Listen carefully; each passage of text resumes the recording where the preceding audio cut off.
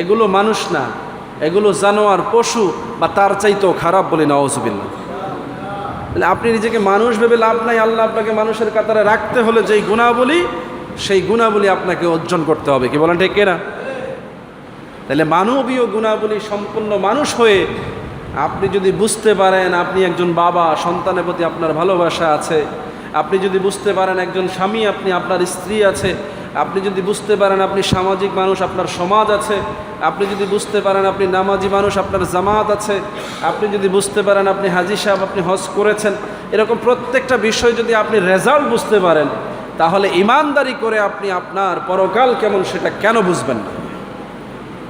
এই প্রশ্ন বিবেকের কাছে আগে সেট করেন, তাইলে আপনার জন্য সহজ হবে ইবাদত বন্দেগীটা, এবং এটা আপনার জন্য কবুলযোগ্য ইবাদত হওয়ার সম্ভাবনা রাখে।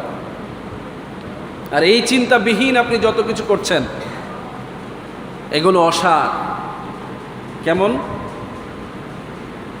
একজন মানুষ ধরেন ওষুধ খাচ্ছে, কি খাচ্ছে, কিন্তু তার ধারণা হলো ওষুধ কোনো কাজ করবে না। তার ধারণা কি?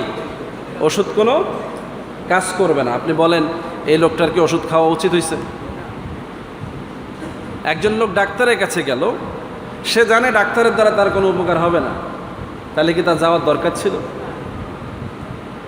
একজন লোক একটা গাছ লাগাইলো, সে জানে এই গাছ কোনোদিন ফল দেবে না, তাহলে কি এটার ফলের গাছ হিসেবে লাগানো দরকার ছিল? এরকম প্রত্যেকটা বিষয় মানুষ যদি জানতো যে এটাতে কোনো রেজাল্ট নাই, তাহলে সে সেটা করে।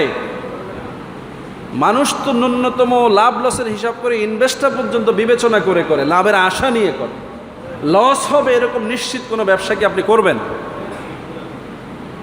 তাহলে আপনি ইবাদত করছেন, সেই ইবাদতের বিনিময়ে কি লাভ হবে না জেনে কিভাবে ইবাদত করছেন আপনি?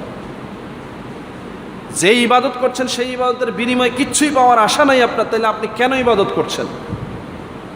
যে আমল আপনি করছেন সেই আমলের বিনিময়ে আপনাকে কিছুই দেয়া হবে না, এরকম অসার চিন্তা নিয়ে আপনি ইবাদতে কেন আসবেন? কি বলেন ঠিক কিনা? আপনি তো জানেন নামাজে আসলে নামাজের কারণে আল্লাহ আপনার উপরে খুশি হবেন। আপনি তো জানেন নামাজিরা জান্নাতি হবে। আপনি তো জানেন কোরআন তেলাওয়াত করলে সওয়াব লেখা হবে। আপনি তো জানেন হজ করলে গুনাহ মাফ করে দেয়া হবে। আপনি তো জানেন দান করলে দানের বিনিময়ে মাকসুদ পূরণ হবে, বালা দূর হবে। জানেন কি না? তাইলে এই জানার কারণে যখন আপনি এই কাজগুলো করেন, তখন সেটা আসলেই আপনার উপকার হলো কিনা, কবুল হলো কিনা, বালা দূর হলো কিনা, এইটুকু চিন্তা কি আপনি করবেন না? করবেন কিনা? করা উচিত না? করে তো মানুষ। যারা করে তাদের মধ্যে ঈমান আছে, তারা সত্যিকার অর্থে নেককার, তাদের নামাজ কবুল হওয়ার সম্ভাবনা রাখে। সুবহানাল্লাহ বলে। আর যাদের মধ্যে এই ধরনের কোনো চিন্তাই নাই, এই ব্যাপারে সে এতটাই গাফেল যে এটাকে একটা আনুষ্ঠানিকতা মনে করে।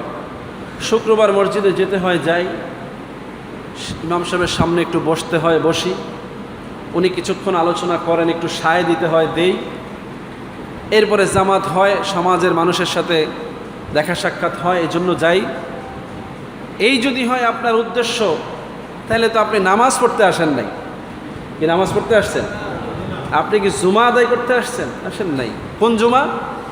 যেই জুমার দিনটাকে সপ্তাহের শ্রেষ্ঠ দিন বলা হয়েছে, যেই জুমার নামাজের কারণে সপ্তাহের গুনাহগুলো মাফ করে দেওয়ার কথা বলা হয়েছে, যেই জুমাহের দিনে বিশেষ বরকতময় সময়ে যে কোনো দোয়া কবুল করার ওয়াদা করা হয়েছে, যেই জুমার দিন গরিবের হজ বলে একটা দামি ইবাদত হিসাবে পরিগণিত করা হয়েছে, যেই জুমার দিনে প্রত্যেকটা মুসলমানকে ইমানের সার্টিফিকেট নিতে বলা হয়েছে।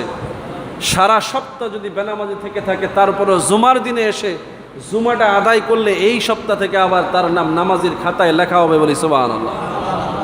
যেই লোকটার নাম ইমানের খাতা থেকে মুছে গেছে, মুসলমানের লিস্ট থেকে ডিলিট হয়ে গেছে, জুমার মসজিদে আসার কারণে ফেরেশতারা দরজায় দাঁড়িয়ে দাঁড়িয়ে ওই লোকটার নাম আজকের ইমানদারদের কাতারে লিখে দিয়েছে, বলি সুবহানাল্লাহ।